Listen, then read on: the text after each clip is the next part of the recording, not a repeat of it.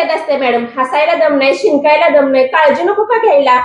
बरेच वेळा असं असतं की घरामध्ये गरोदर स्त्री असली तर ती हसली मोठ्यांदा किंवा शिंकली की घरातली लोक तिच्याकडे रागावून बघतात आणि तिला काळजी घ्यायला सांगतात.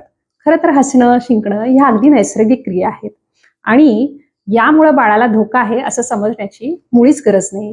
गरोदर स्त्री हसू शकते, खेळू शकते, नाचू शकते, व्यायाम देखील करू शकते, शिंकू शकते आणि या नैसर्गिक क्रियांमध्ये बाळाला सुरक्षित ठेवण्यासाठी शरीरामध्ये तिची स्किन पोटावरची, त्याच्या खाली सबक्युटेनियस टिश्यू, त्याच्या खाली रेक्टस शीथ, रेक्टस मसल, गर्भाशयाची पिशवी, या सगळ्या गोष्टी काळजी घेण्यासाठी असतात.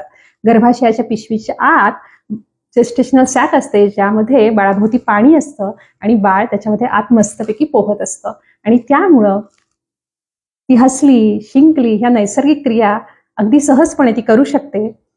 तिला या नैसर्गिक क्रियांमध्ये आपण कोणतंही बंधन आणता कामा नये.